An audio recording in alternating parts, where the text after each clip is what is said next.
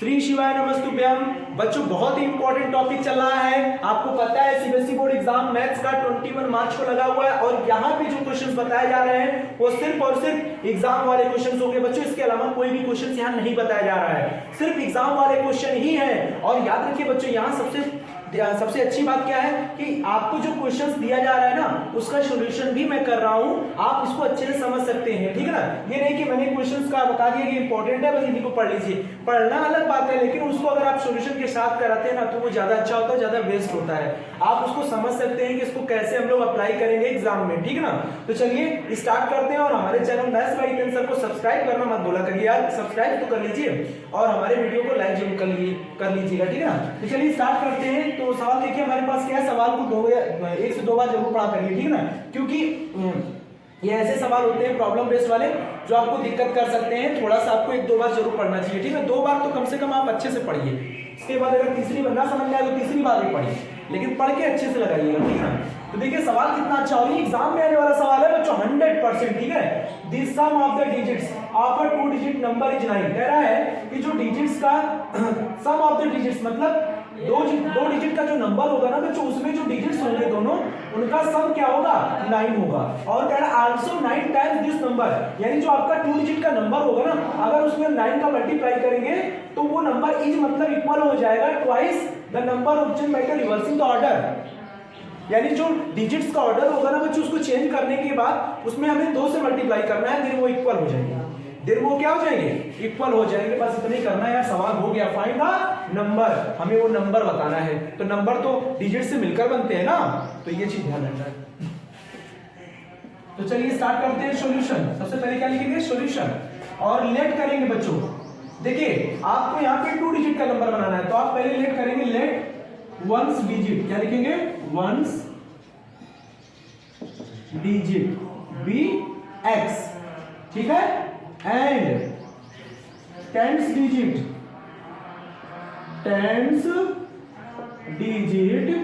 B y.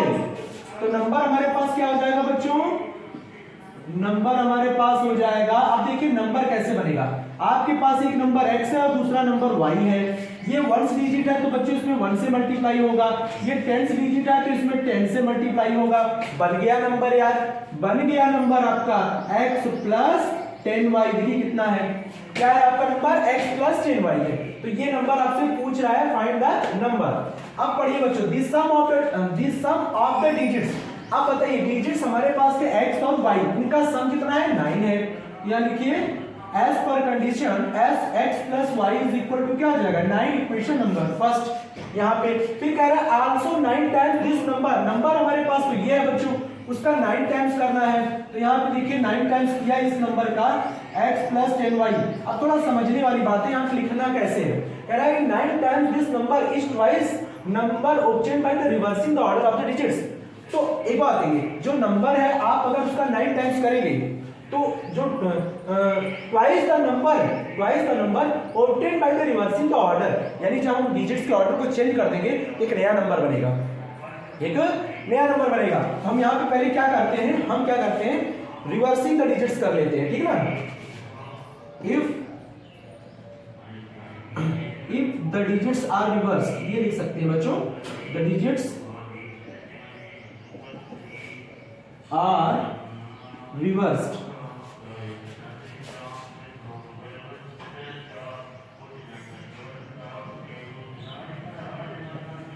तो if the digits are reversed, अगर digits को रिवर्स कर देंगे बच्चों तो जो नया नंबर मिलेगा तो न्यू नंबर क्या हो जाएगा हमारे पास, तो द न्यू नंबर हो जाएगा हमारे पास।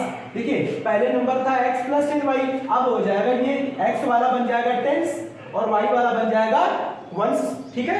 तो y वाले में 1 से इंटू करेंगे और इसमें 10 से, तो नंबर हो जाएगा y प्लस का 10x, y प्लस 10x। ये अच्छे से समझिएगा बच्चों, ठीक है। The digits are reverse, the new number हमारा होगा y प्लस 10x या 10x प्लस y कह सकते हैं। अब बच्चों एक चीज और समझना है, कह रहा था कि 9 टाइम्स करिए, नंबर का 9 टाइम्स करेंगे तो यहाँ पे 9 टाइम्स दिस नंबर हो जाएगा x प्लस 10y, और फिर कह रहा है इज मतलब इक्वल है twice the number obtain by the reversing the order of the digits. तो रिवर्सिंग नंबर क्या है नया, y प्लस 10x, तो यहाँ लिखेंगे y प्लस 10x और इसमें मल्टीप्लाई हो जाएगा 2 से मल्टीप्लाई करिए और ये इसके इक्वल हो जाएगा, ये इसके क्या हो जाएगा, इक्वल हो जाएगा। बच्चों इसको थोड़ा सॉल्व कर लीजिए। 9x प्लस का 90y is equal to 2y plus का 20x, कितना हो जाएगा, 20x हो जाएगा बच्चों। अब इसको सॉल्व करना है तो देखिए 9x है, ठीक है, 20x है, आप चाहे उधर ले आइए और चाहे उधर ले जाइए, कोई दिक्कत नहीं, ठीक है ना। तो हम मान लीजिए इधर ही आते हैं, इधर ही ले जाइए। 20 में 9 जाएगा तो कितना बचेगा, 11x, कितना बचेगा, 11x। 90 उधर जाएगा तो यहाँ बचेगा -88y इज इक्वल टू 0। बच्चों ये दोनों वैल्यू उधर ले गए हैं, यानी इस साइड आ गया, तो यहाँ तो 0 हो जाएगा, ये 0 लिख दिया। अब ये माइनस का 9x हो जाएगा, ये माइनस का 90y हो जाएगा, y वाला टर्म y से घट जाएगा और x वाला x से, क्योंकि y 90 वाला बड़ा था इसलिए माइनस का साइन आ गया। अब 11 से इसमें डिवाइड कर दीजिए बच्चों, 11 से डिवाइड करेंगे तो x माइनस 8y, इधर भी 11 से डिवाइड होगा 0 में तो 0 ही रहेगा। Equation number second, equation number second. आपके पास दो इक्वेशन हो गई बच्चों, फर्स्ट और सेकंड। अब इनको सॉल्व करना है, अब इनको क्या करना है, सॉल्व करना है बच्चों। तो जरा हम इसको सवाल को यहाँ से हटा दे रहे हैं। बहुत बेहतरीन सवाल है बच्चों, बस थोड़ा सा ध्यान लगाना है। अब दोनों इक्वेशन को सॉल्व करने के लिए आप कोई भी मेथड यूज कर सकते हो, सब्स्टिट्यूशन या फिर एलिमिनेशन। तो हम एलिमिनेशन से लगा देंगे। हम देखते हैं x का कोएफिशिएंट यहाँ 1 है, यहाँ पे x का कोएफिशिएंट 1 है, देन हम इनको घटाएंगे, सब्ट्रैक्ट करेंगे तो x खत्म हो जाएगा बच्चों, ठीक है ना। तो हम यहाँ लिखेंगे फर्स्ट माइनस सेकंड, ठीक है। तो इक्वेशन फर्स्ट हमारे पास है x plus y is equal to 9 और दूसरी इक्वेशन है x minus 8y is equal to 0। तो जब हम माइनस कर रहे हैं तो बच्चों इसका साइन हमको बदल देना, 0 को कोई साइन नहीं होता है, ठीक है। तो यहीं पे यहाँ ऐसे ही रहेगा। अब x को काट दीजिए और 8 और 1 कितना हो जाएगा, 9y, क्योंकि ये प्लस का हो गया बच्चों, तो ये 9 आ जाएगा और y इज इक्वल टू 1 आ गया, y 1 आ गया बच्चों। x कैसे मिलेगा, किसी एक इक्वेशन में इसकी वैल्यू को लगा देंगे, फ्रॉम फर्स्ट में लगा दीजिए। तो x प्लस y की जगह हमारा देखिए 1 लग गया इज इक्वल टू 9, तो x इज इक्वल टू 8 आ जाएगा बच्चों। क्या हो जाएगा, 8। अब आपसे चाहिए नंबर, हमसे नंबर पूछ रहा था, तो बच्चों हमारे पास जो नंबर था वो क्या था, x प्लस 10y। ये देखिए ना, यही नंबर आपने माना था ना, x प्लस 10y। यहाँ वैल्यू लगा दीजिए, आंसर आ जाएगा यार। बस आपके 4 नंबर, 4 से 5 नंबर पक्के हो जाएंगे, ठीक है ना। x की वैल्यू 8 लगाइए और y की वैल्यू 1 लगाइए बच्चों। 8 प्लस 10 यानी कितना हो गया, 18। कितना हो गया, 18। वह नंबर कितना हो गया, 18 हो गया। अब बोल भी रहा था कि दोनों डिजिट्स का सम कितना होना चाहिए। देखिए आप अपना आंसर भी मैच कर सकते हैं बच्चों, आप अपना आंसर भी मैच कर सकते हैं। कैसे, इन दोनों डिजिट को ऐड करोगे तो कितना पाओगे, 9। अब बोला भी गया था कि जो 2 डिजिट का जो सम होगा वो कितना होगा, 9 होगा, तो चेक हो गया। और ये भी बोला गया था कि इस डिजिट का 9 टाइम्स कर दीजिए, तो 18 9 जा, यहाँ पे देखिए 18 9 जा कितना होता है, 162। कह रहा है इस डिजिट का आप क्या कर दो, 9 टाइम्स कर दो, तो ये इक्वल हो जाता है 2 times of the reversing the order of digits, ठीक है। तो ये वाले इसके इक्वल हो जाता है। तो इसके डिजिट को इंटरचेंज कर दीजिए बच्चों, तो यहाँ 8 1 हो जाएगा और इसमें 2 से मल्टीप्लाई कर दीजिए और दे दीजिए इक्वल आ जाएगा। 2 से इंटू करिए इसमें, ये देखिए 162। ये भी और ये भी दोनों क्या हो गए, इक्वल हो गए। इसका मतलब हमारा आंसर सही है, 18 हमारा आंसर हो जाएगा। 18 हमारा क्या हो जाएगा, आंसर होगा। आप देख सकते हैं कि आपने अपना आंसर भी मैच कर लिया है कि आपका आंसर सही है या नहीं, ठीक है। तो वीडियो कैसा लग रहा है, आपको अच्छा लग रहा है तो हमारे चैनल को लाइक जरूर कर करिए, हमारे वीडियो को लाइक करिए, हमारे चैनल को सब्सक्राइब करिए। इसके आगे और भी हम क्वेश्चन लेकर आ रहे हैं, ठीक है बच्चों, इसको नोट कर लीजिए। बच्चों नेक्स्ट सवाल आप देख सकते हैं कि बहुत इंपॉर्टेंट सवाल है और इस तरह का सवाल आपसे एग्जाम में जरूर पूछा जाएगा कि for which value of k will the following pair of linear equation have no solution. मतलब आपके पास 2 इक्वेशन दिए होंगे और बोलेगा इस इक्वेशन का कोई सॉल्यूशन नहीं होगा, तो आप k का वैल्यू बताइए क्या होने वाला है। तो एक सवाल तो ऐसा आने वाला है, ये कंफर्म है, नहीं जिस दिन पेपर होगा ना उस दिन आके और इस दिन वाला ये जो हमने लिखा है उसको मिला लीजिएगा, ठीक है ना। तो इसीलिए कह रहे हैं कि हमारे साथ जुड़े रहिए और हर एक क्वेश्चन इंपॉर्टेंट है, केवल और केवल एग्जाम वाले हैं, ठीक है। तो सबसे पहले हमें क्या करना होगा, सॉल्यूशन लिखना होगा बच्चों। और for which value of k will the following pair of linear equation has no solution. सबसे पहले जो हमारी इक्वेशन है ना बच्चों, उस पर ध्यान दीजिए, उसको हमें किस तरह से सेटलमेंट करना है, उसको हमें किस तरह से लिखना है। 3x + y = 1 है और दूसरी इक्वेशन है बच्चों, आप देख सकते हैं 2x - 1, सॉरी x नहीं है यहाँ पे, k है, 2k - 1x और प्लस k - 1y और इज इक्वल टू 2k + 1 है। एक चीज ध्यान रखिएगा बच्चों, अगर ax plus B Y is equal to C है, ax plus B Y is equal to C है तो कोई दिक्कत नहीं है। नहीं ऐसा ना हो कि इधर जीरो हो जाए और इधर आपका अगर इधर हो तो आपको करना क्या चाहिए उस कंडीशन में, हमें फिर इस टाइप का फॉर्म बनाना चाहिए ax plus B y plus C is equal to zero. Right में दोनों तरफ जीरो कर लीजिए और राइट में अगर जीरो नहीं है तो आप ये समझ लीजिए कि वो सी वाली वैल्यू है आपके पास, जो कि आप यहाँ से भी कंपेयर कर सकते हैं। ये चीज ध्यान रखिएगा। तो हम कुछ इसी तरह से यहाँ कंपेयर कर लेंगे, हम इसको इधर नहीं लाएंगे, ठीक है। ला के भी करेंगे तो भी वही आएगा, नहीं ला के करेंगे तो भी वही आएगा, ठीक है, कोई दिक्कत नहीं। हम कंपेरिजन करना चाहिए हमको, एक इक्वेशन ये है और एक इक्वेशन ये है। तो हम क्या करेंगे, सबसे पहले हम इसको a1x plus b1y is equal to c1 and दूसरी इक्वेशन क्या है हमारे पास a2x plus b2y is equal to c2 से हमें क्या करना है, कंपेयरिंग करनी है। इक्वेशन की क्या करनी है, कंपेयरिंग। यहाँ लिखेंगे कंपेयरिंग, कंपेयरिंग करिए बच्चों।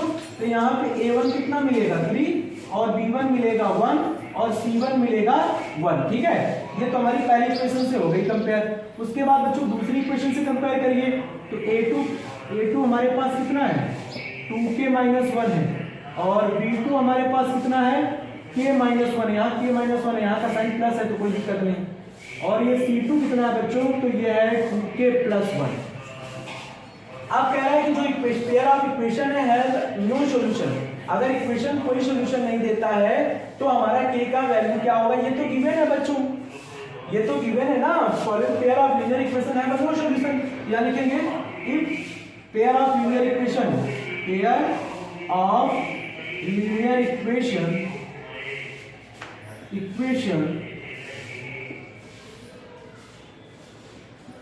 have no solution, have no solution। अगर नो सॉल्यूशन होगा तो उसकी कंडीशन क्या होती है बच्चों, उसकी कंडीशन ये होती है a1/a2 is equal to b1/b2 not equal to c1/c2। ये आपको ध्यान रखना है। अगर कोई भी दो इक्वेशन नो सॉल्यूशन में आ रहे हैं तो नो सॉल्यूशन का मतलब आपको ध्यान रखना है, नो सॉल्यूशन कब होता है, जब दोनों लाइन क्या होती है, पैरेलल होती है।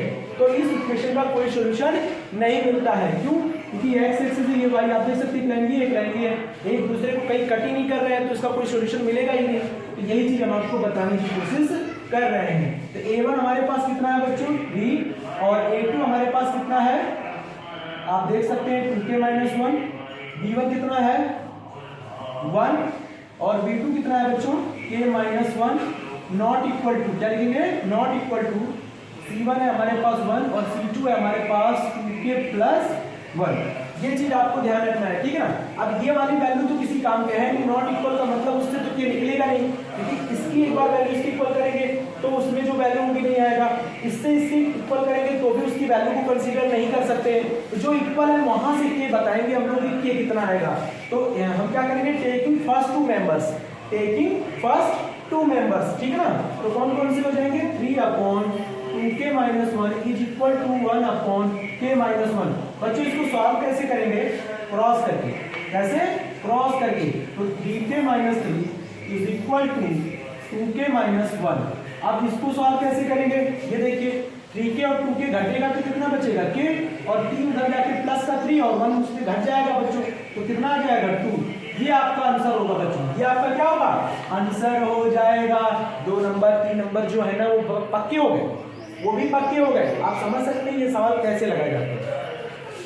ये तो मैंने बोला बच्चों if pair of linear equation है नो सॉल्यूशन, तो ये करना है। ये भी तो हो सकता है if pair of linear equation जो है एक तरह से ये भी हो सकता है नो सॉल्यूशन की जगह मैनी सॉल्यूशन हो जाएगा। अगर मैनी सॉल्यूशन होता है तो डरने की क्या बात है, आप ये कर दीजिए a1/a2 is equal to b1/b2 is equal to c1/c2। अब अगर k की वैल्यू जिसमें आ रही है उस वाले वैल्यू को आप किसी से भी इक्वल करके निकाल सकते हैं, ध्यान रखिएगा, ठीक है ना, क्योंकि आपस में तीनों इक्वल है। और अगर यूनिक सॉल्यूशन है तो क्या करेंगे, यूनिक में पहला वाला नॉट इक्वल हो जाता है तो उसमें जो k की वैल्यू आएगी वो नॉट इक्वल ही आएगी, क्योंकि यहाँ पे नॉट इक्वल है, ध्यान रखिएगा, ठीक है ना। तो इसको नोट कर लीजिए, फिर नेक्स्ट क्वेश्चन लेते हैं बच्चों। नेक्स्ट सवाल है और ये इतना इंपॉर्टेंट सवाल है कि आप कहेंगे कि यार ऐसे सवाल आप बता रहे हैं सर, ये कितने अच्छे सवाल और इंपॉर्टेंट सवाल नहीं है, ये एग्जाम वाला सवाल है, हम पहले भी बता रहे हैं। आप इस तरह के सवाल को कतई हल्के में मत लीजिए, इसको बिल्कुल विश्वास के साथ लगाइए। ऐसे ही सवाल एग्जाम में मिलेगा, ठीक है ना। तो चलिए स्टार्ट करते हैं, पहले इसको अच्छे से पढ़ेंगे हम लोग। The area of rectangle gets reduced by 9 square units if its length is reduced by 5 units and width is increased by 3 units। बच्चों आप खुद ही सोचिए, आपके पास क्या है, एरिया। एरिया किसकी बात, एरिया में किसकी बात हो रही है, रेक्टेंगल की बात हो रही है। तो रेक्टेंगल में क्या होता है, अपोजिट साइड्स आर इक्वल होते हैं। अगर हम किसी भी एरिया ऑफ रेक्टेंगल है, मान लीजिए पूरा एरिया है, ठीक है, अब इसमें ये लेंथ है, अगर लेंथ को हम घटाएंगे, वृत्त को बढ़ाएंगे, तो इससे एरिया भी हमारा क्या होगा, कम ज्यादा होगा। आपको ये बात पता है कि नहीं पता है। तो इसके लिए हमें करना क्या होता है कि हमें जो एरिया होता है वो डिपेंड किस पे करता है, लेंथ और विड्थ पे। तो हमें लेंथ और विड्थ पहले मान लेना चाहिए। तो हम सॉल्यूशन ले लेते हैं, ठीक है। सबसे पहले हम लेट करेंगे, let the length of length and भी लिख दीजिए एंड विड्थ, ठीक है ना, विड्थ ऑफ द रेक्टेंगल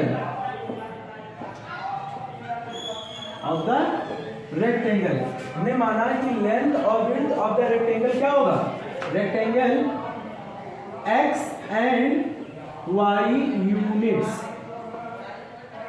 ठीक है ना बच्चों। मैंने मान लिया कि जो रेक्टेंगल की जो लेंथ होगी वो x यूनिट्स होगी एंड विड्थ क्या होगा हमारा, y यूनिट्स होगा।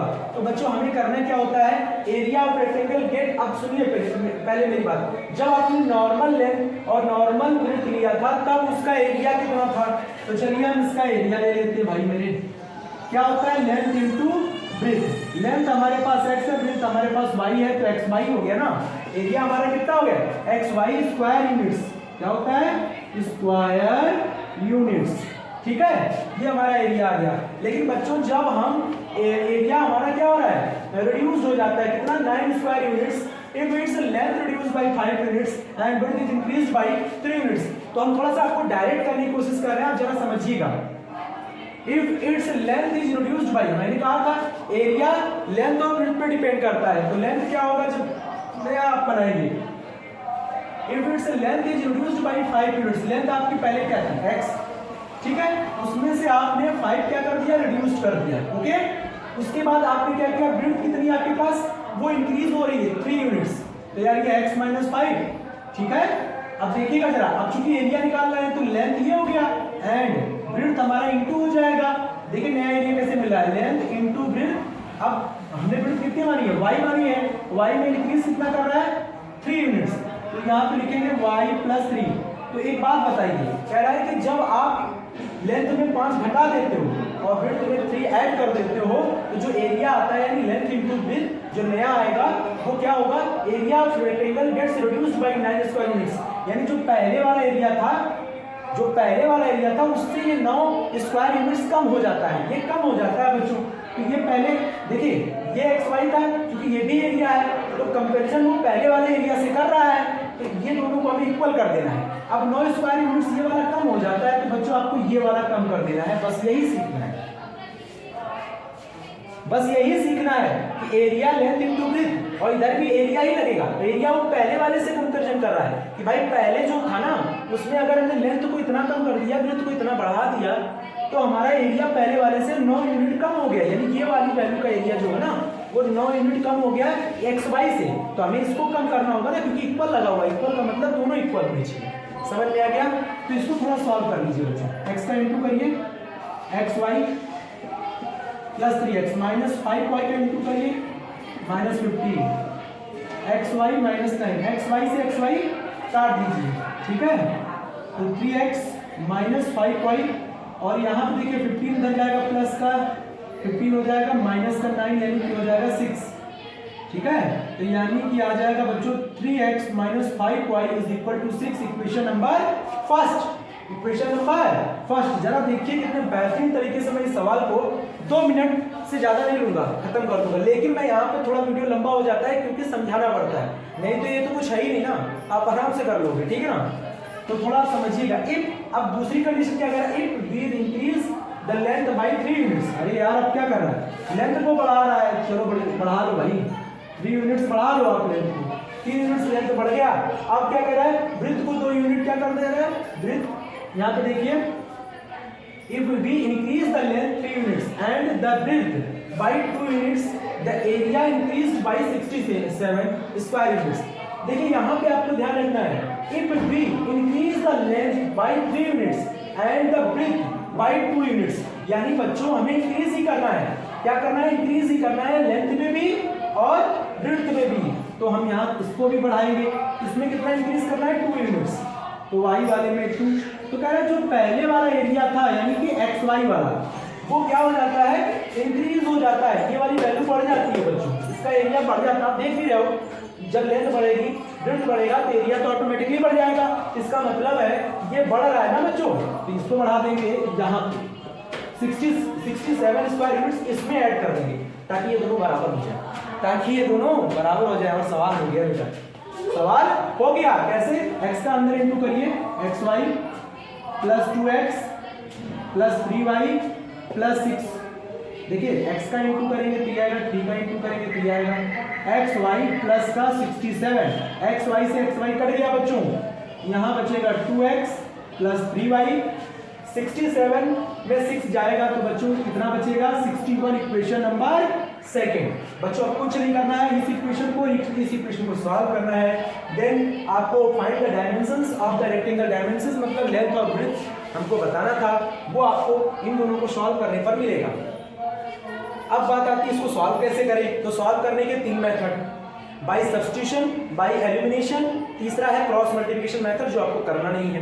आपको 2 मेथड लगाना है, आप दोनों में से कोई भी लगा सकते हैं। चलिए हम लगा लेते हैं बाय एलिमिनेशन मेथड, सबसे अच्छा मेथड है बच्चों, वही लगा लीजिए। आप देखिए x का कोएफिशिएंट कितना है, 3, x का कोएफिशिएंट कितना है, 2, y कोएफिशिएंट 5, y कोएफिशिएंट 3, कोई इक्वल कोएफिशिएंट नहीं है। इसका मतलब है हमें जिस वेरिएबल के कोएफिशिएंट को इक्वल करना होता है उसके आपस में एक दूसरे को इंटरचेंज करके इक्वेशन में इंटू करके, अगर माइनस प्लस है तो आपको एडिंग करना है, प्लस माइनस है अगर वो वेरिएबल माइनस माइनस है तो आपको सब्ट्रैक्टिंग करना है, ये ध्यान रखिएगा, ठीक है।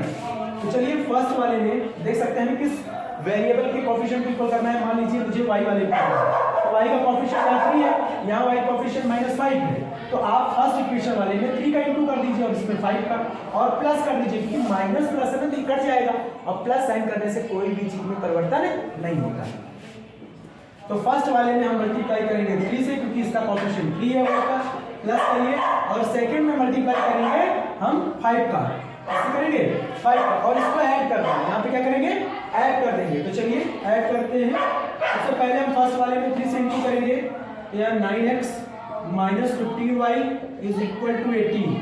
अच्छा 5 का सेकंड में इंटू करिए, 10x 15y, ठीक है, ये प्लस है बच्चों, यहाँ प्लस है, इज इक्वल टू 5 का इसमें इंटू करिए, 5 6 30 यानी 305। और चूंकि प्लस कर रहे हैं तो साइन चेंज नहीं होगा, केवल ये कैंसिल हो जाएगा।